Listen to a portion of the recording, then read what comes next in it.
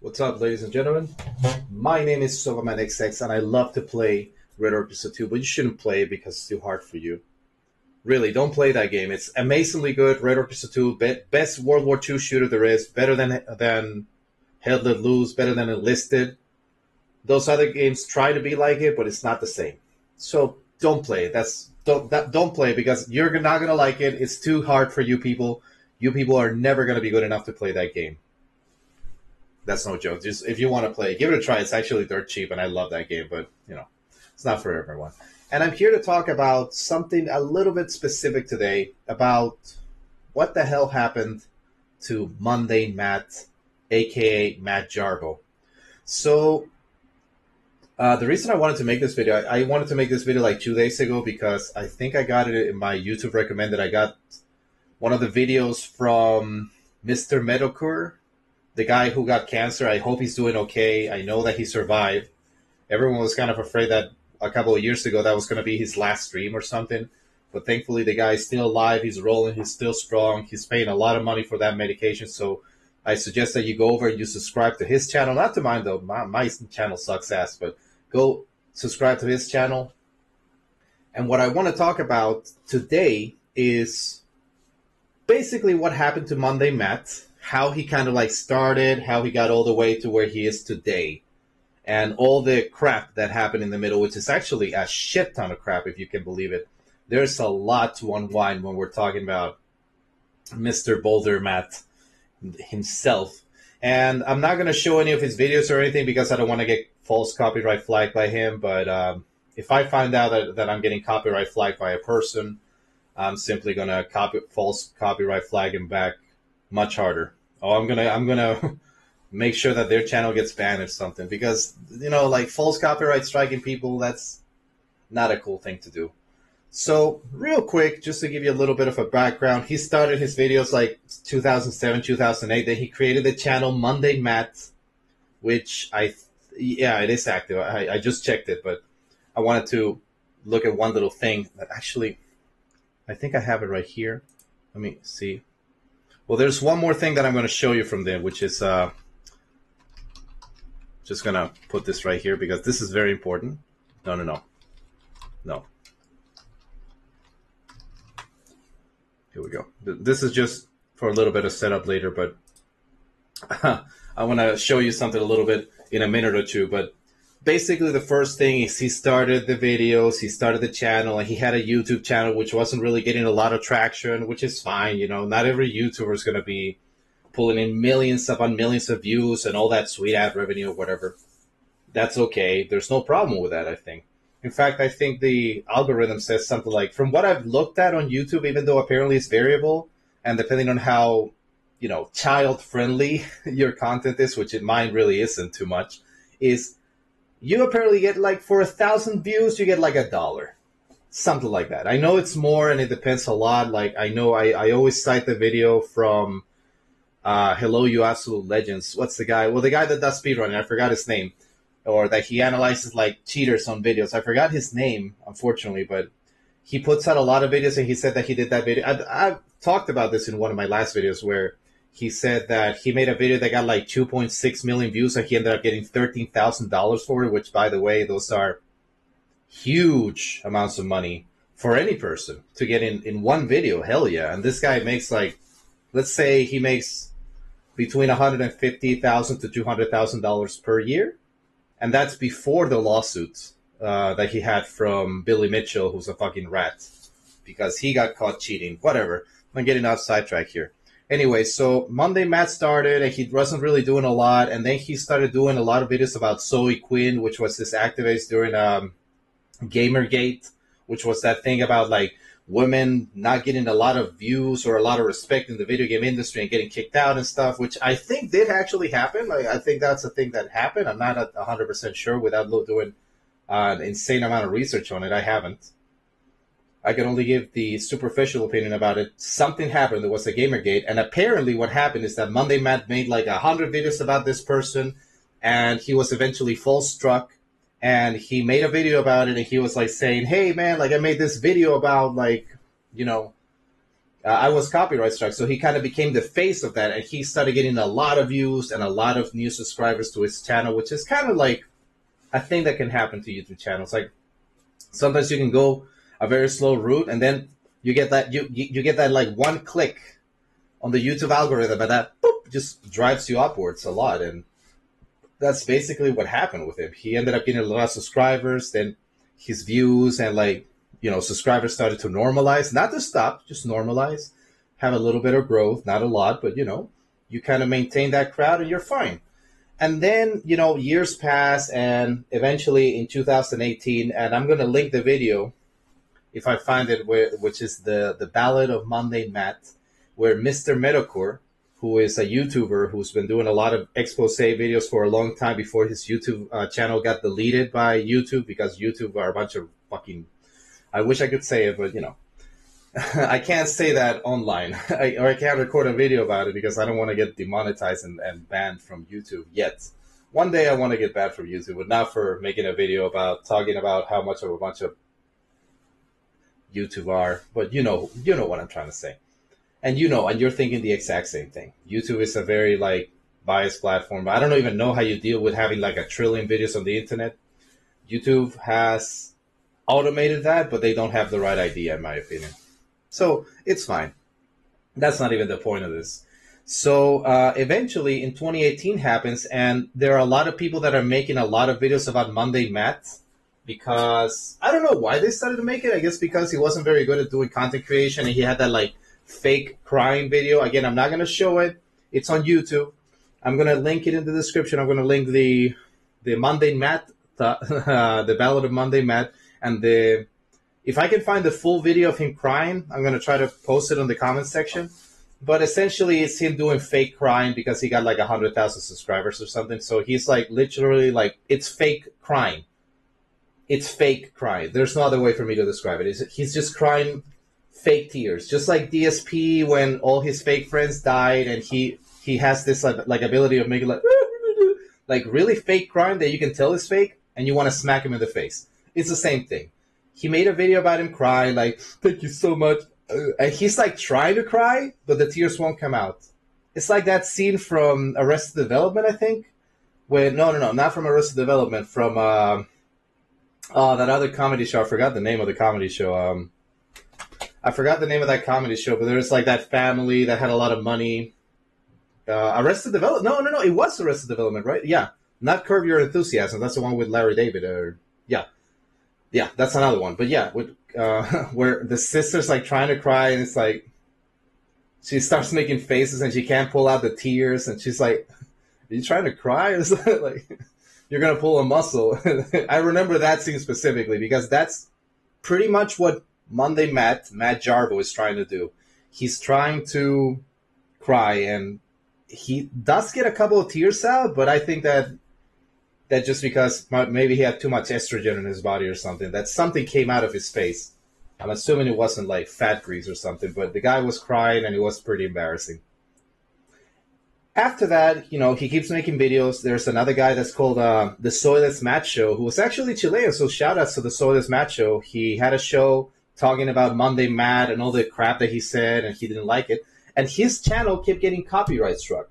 And then eventually other people's channels started to get copyright struck. I'm not going to tell you too much about the video with the Ballad of Mundanematt. Like I said, I'm going to link it there. Watch it. It's a fun watch. I watched it tons of times because it's always funny. And it's basically everyone, including Keemstar, because Keemstar is a leech. He needs that blood of other people's to survive. He goes into the thing and says, you're a fucking liar. You reported me to the police. There was also that drama between him and Keemstar where apparently Mundanematt got swatted. And he said the name of Keemstar because he thought that maybe there was some connection to him, even though he probably knew that there was no connection. There's no way that Keemstar would do that. I mean, he's a rat, but he's not that much of a rat. I don't think that he would go around telling people hey, this fucker lives over here, and he did that thing. He swatted me. I don't think that he would be capable of that. Personally, I don't know. We don't know who did it. I don't think the guy ever got caught, but I know that there are people who have died because of swatting, so I'm not all for it at all. Unless it were to happen to a lolcow like DSP. If it happened to DSP and something bad happened to him, I'd be not a big loss. But Not the point even. So essentially, the whole video is that Mundanematt is there for 2 hours saying like, I did not report any of these people. I did not report any of these people. I swear my fuck. No, he doesn't swear at his children, but it's fine. But then he has children, by the way. I think he has 2 children, a daughter or something else. And then eventually someone says like, yo, you can check out the reports history on YouTube. You type youtube.com/report history. There you go. And he's like, okay, let me look into this. And 10 minutes pass, and he's like, okay, I was in a very mentally dark place, and I fucking hate that excuse from people when they get caught in their lies. They're like, sorry, I was in a really bad place, so I decided to, I don't know, molest a woman and like do cocaine. It's like, that's not how it works. That's not an excuse to do that. If you get like punched in the face, does that mean that that gives you a right to punch everyone in the face? If you are happy and do drugs, does that mean that that's an oxymoron, that you have to be in a dark place for you to be able to do drugs or to mess around with people? Because that's not how it works. Regardless, he gets caught in his lies, and then there's the quote that will probably survive Mundanematt for a while. That's the Boulders one, which I'm going to get to in a second. But he says, someone says, I think it was Keemstar that said it, 10 years to irrelevancy, try again in 10 more years. And it happened in 2018, so, you got to give him a couple more years yet. It's not quite there yet. Got to give it, like, I'd say that if he tried in 4 more years when he's, like, 50 years old, he'd probably be able to, like, give it a shot.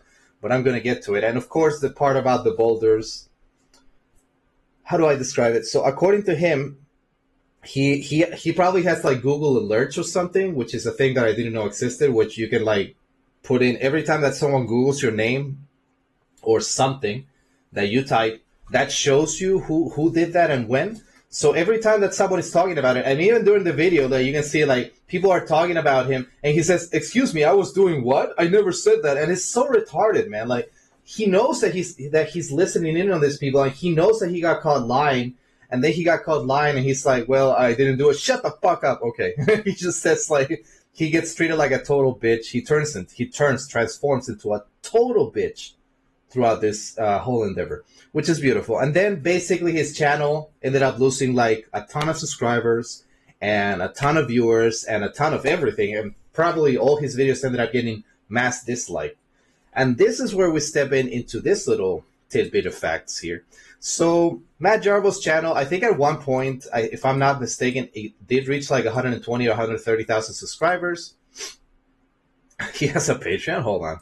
I didn't know that. Holy shit, he's got members. Oh, it's for $3 Theater. Okay. 137 members. Let's say that's about maybe like 1,000. No, not even 1,000. Let's say like, actually 137 members is actually quite a lot for like a YouTube channel. But anyway, there's a video right here. I didn't know. Let's say $500 just to kind of balance. Let's say like between $300 and $400 a month. And this is kind of important because I do want to get to this little factor here, which is kind of important to realize about Matt Jarbo. So he's got his Twitter, he's got his Facebook, he's got his PayPal account and all that crap that, fuck off with this, that he keeps posting. And basically, I don't even know who he's talking to. And I'm pretty sure those are all bot accounts because this guy is just talking about all this crap and really no one cares about Matt Jarbo.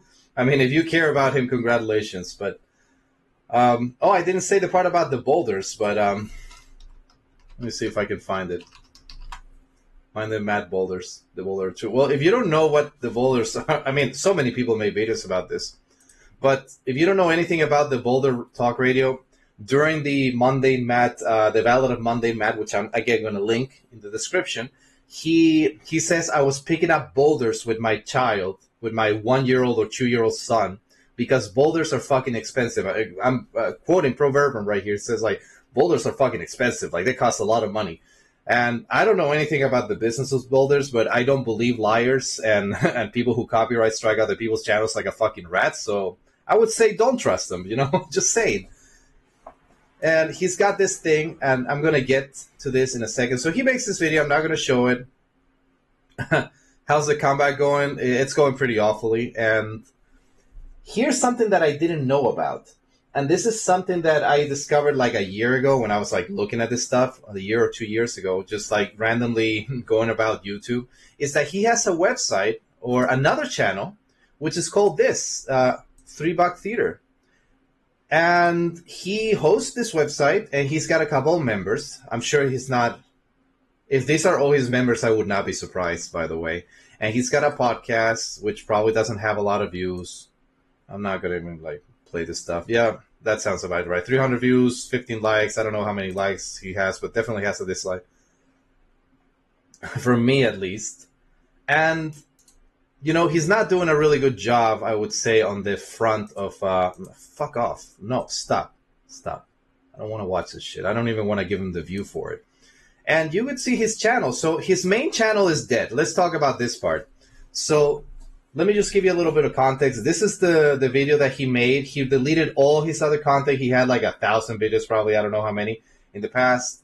And then he decided, I'm going to delete most of them right after the controversy hit. So that already destroyed him. He completely destroyed his channel discoverability. When you erase all your channel's videos, that's really bad for the algorithm. That's like saying, all right, you don't want to be a part of this. No problem. We're not going to let you be here. And this is what he had. Allow me to reintroduce myself. I know that he has a lot of dislikes to likes and a massive amount of dislikes to likes. I think it's 5-1 or something the last time I checked. I don't have anything installed here.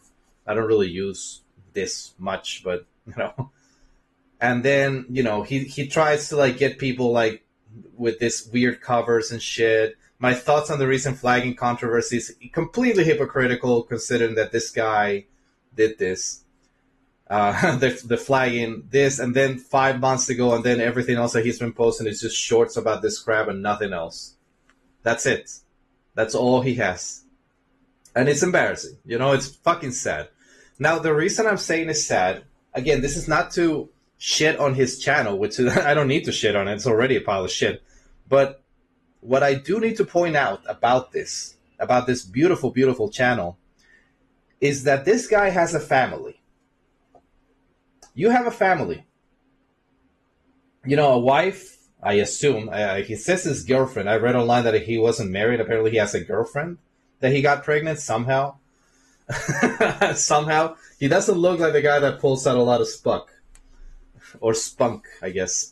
Spunk out on his girlfriend. If that face is on top of you, as a woman, you probably failed in life. But that's besides the point.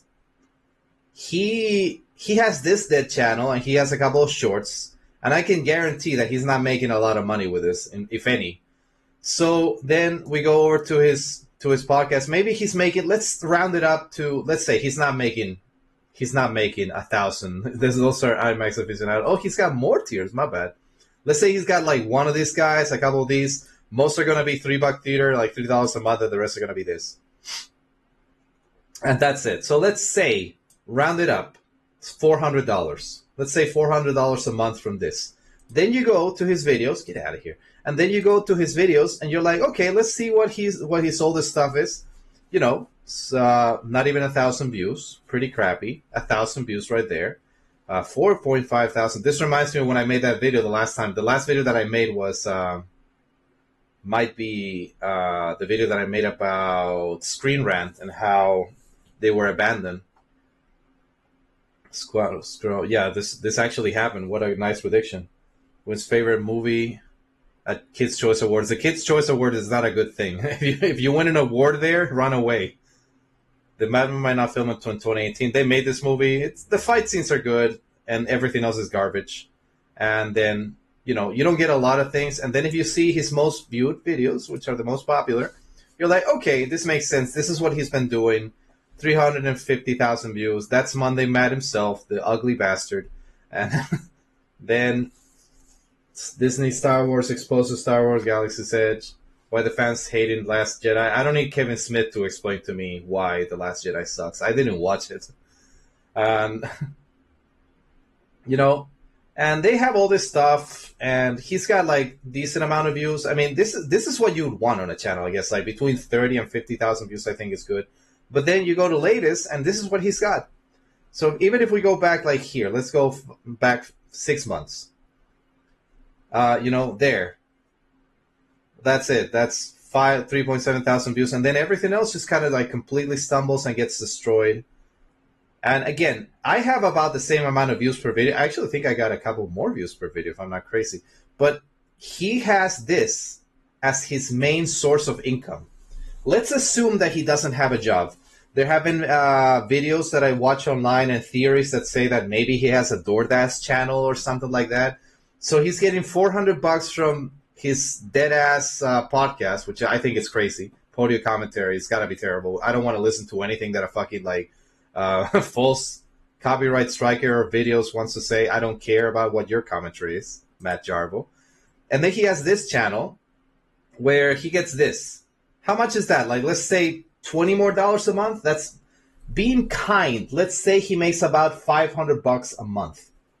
Again, I don't have anything. If you make $500 a month on a hobby, I think that that's amazing. Like, that's like $6,000 a year almost, maybe a little more, a little less, give or take.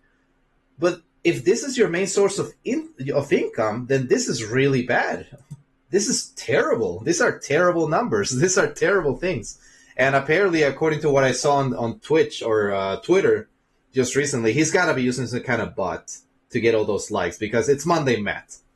If he has 34,000 likes on a comment on average, then there's something wrong with the world.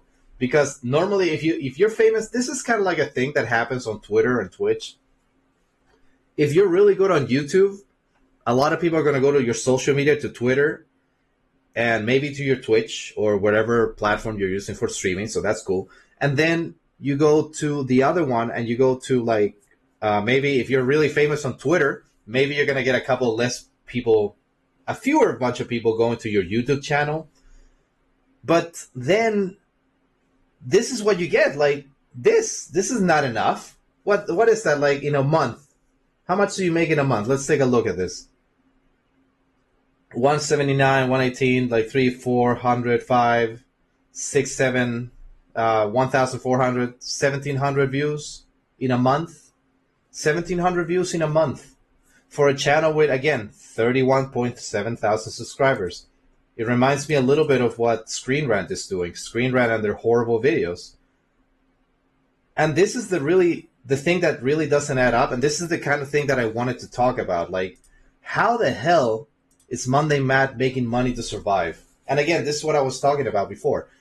The theory, prevalent theory, is that he's either doing like DoorDash as a driver to get a little bit of extra money. I don't know how much a DoorDash driver makes, but maybe not enough to survive, but definitely enough to supplement your income. If I could do it, if I had more time, I would do it. I wouldn't have any problem. I would take my car, even though it's kind of awkward, and hopefully like pay for the gas or something, or maybe just buy a bike or something. You can do it with a bicycle, a bike. In Chile, in South America, where I live, there are tons of foreigners, not Chilean people, not too many now, but a lot of foreigners that do this because they come to Chile looking for job opportunities, and they get a job as DoorDash delivery drivers.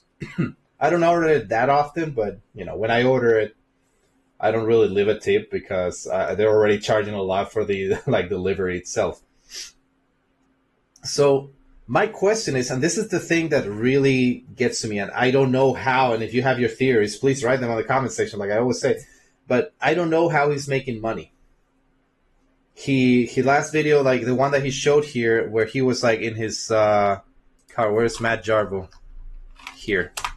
Matt Jarbo Killstream is the one, but if he makes this, well, he's got the live streams as well. I think I should point it out, but look at these numbers. These are live streams. I don't know if this includes the total views, but again, these are not very good views at all. And it's basically just trying to make like a little bit of like this, but he's got this nice car. That looks like a nice car. Let's assume that that's his car. He's not renting it like a lot of YouTube losers. He probably made that from working somewhere, right? Or he's renting that car probably, but for his big ass family. He's got the child baby seat in the back 8 months ago. So there's something going on in there, but how are you making all this money? It doesn't add up to me. So my theory, and the only logical conclusion, is that he has a job outside of doing this stuff. Because if there's nothing else that he's doing, and he's only making content, and he's only making content for his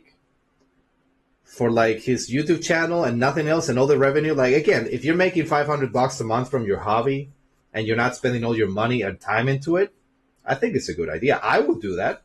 If I could get like $100 a month from like YouTube, I'd be happy. If I could make $10 a month off of YouTube, I'd be happy. I'd be happy as hell. That's extra money that I didn't have, and I'm doing something that I like. I think that's great. But he has to have a job outside of it, right? We don't know. I never asked him. He does reply to the comments in his videos occasionally when people troll him and it's like, hey, what about the boulders? Haha. And he's like, haha, very funny. And he probably is like seething inside. He's definitely angry when people bring it up to him. But there's something that doesn't add up. And that's the whole point that I wanted to make about this video. There's something that doesn't add up. Where is he now? He's making videos on Three Back Theater. He's making about maybe $500. And again, this is like very optimistic. $100, $500 a month, maybe, from his entire YouTube career, quote unquote. I mean, he had a career at one point. Now he doesn't. Maybe he used all that money and subscribers that he got from the like Gamergate thing, and he spent it all wisely. I don't know. We don't know. We don't know. But that's the kind of big problem. And here's the other bonus that I wanted to show you, which is this beautiful channel right here, which is Jarbo the Hutt. And this guy is, I don't even know how to explain it. Jarbo the Hutt is a guy who makes parody music that's fucking great. And it's fantastic, and it's really good stuff. And I've listened to not all his stuff, but there's a lot of like stuff here that's actually like really good. This is really good music. Like this guy, you can tell that he's actually like a professional music making guy because he makes some really good music. I've not listened to all of it, but go check out his channel at Jarbo the Hutt because he makes some really good stuff. Obviously, I can't click it all, but I've listened to some of the stuff that he's made. He's made Fuck 'Em Dead, which is amazingly good. He's got such good beats, and he has like good audience mixes. My Girlfriend's Daughter, which is a really good song. I don't even know how to explain this. Like, but like the prevalent theory that his children are his because he can't get any woman pregnant. It's a cover that always gets me. I'm sorry for laughing. I should have been laughing at that. You know, Go With Jesus is so good. My Girlfriend's Daughter is an amazingly good song. Nagger, stuff that nagging. Oh, look, there's a little clip of the fake crime that I was talking about before. Fucking Dead is a good song. Better Than Me is a really good song right here. Black History Month, I've actually heard that. That's also really good. I'd say that the best song of all of these is World's Best Dad, featuring MC Jarbo. And this is a diss on Ethan Ralph, who's another fucking loser. He's a lolcow now. Heaven and Hell is amazingly good. Lay Down. This one fucking drops the beat so hard. This one, The Gun, Lay Down. Watch it. Police. I don't know what that is. There's another one which is Icox. Hold on. Let me find it. Icox. Where is it? OnlyFans Damage. This one is amazing. This one just mocks iDubbbz and the fact that he went full cock mode, like his ugly ass girlfriend. Makes an OnlyFans and probably makes like no money, and now iDubbbz makes no money either now. So he's like, this is really good. I'm not gonna play any of this, obviously, and of course, and the final one, which is Landmine, which is fucking great. This one is also really good. So give him a view because Jarbo the Hutt makes some amazing songs. I'm subscribed. This guy is amazing. He's a great person when he makes this music. I don't know what he's like as a person, but he makes some amazing stuff. He's got a podcast. Okay. And that's what I really wanted to talk about right now. And that's it. That's all I really wanted to talk about in this moment. So I just wanted to point out that the conclusions about this are Mundanematt is still live on the internet making content. The video and the reveal that he was like false copyright striking people did affect him, and it affected him a fucking shit ton. Completely ruined his whatever career he had doesn't exist anymore. He's making about $500.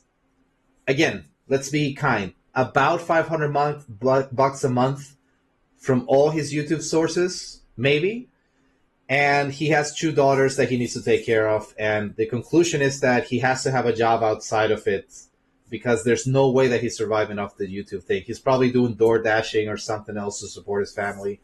And I hope that whatever happens with him, I legitimately hope that he gets his shit on track. Like, get your life on track, man. If it's not already on track, I'm not going to listen to any of his podcasts because I don't want to know anything about the guy. I think that the guy is a loser. But, you know, he does have a family. He needs to take care of them. I just hope that this is not his only source of income. I really hope so.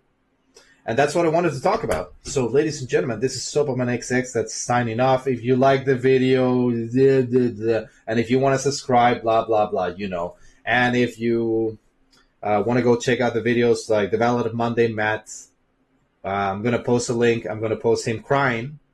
And a link to Jarvo the Hutt, because Jarvo the Hutt's content is amazing. And you should definitely listen to it. Not ironically and unironically. It's got a lot of deep lore in the rhymes. Even if you don't get the rhymes, which I do, you're going to love it. Ladies and gentlemen, this is SopamanXX signing off. Take care of yourselves, and I'll see you guys soon. Peace out. Bye-bye. Take care. Bye-bye.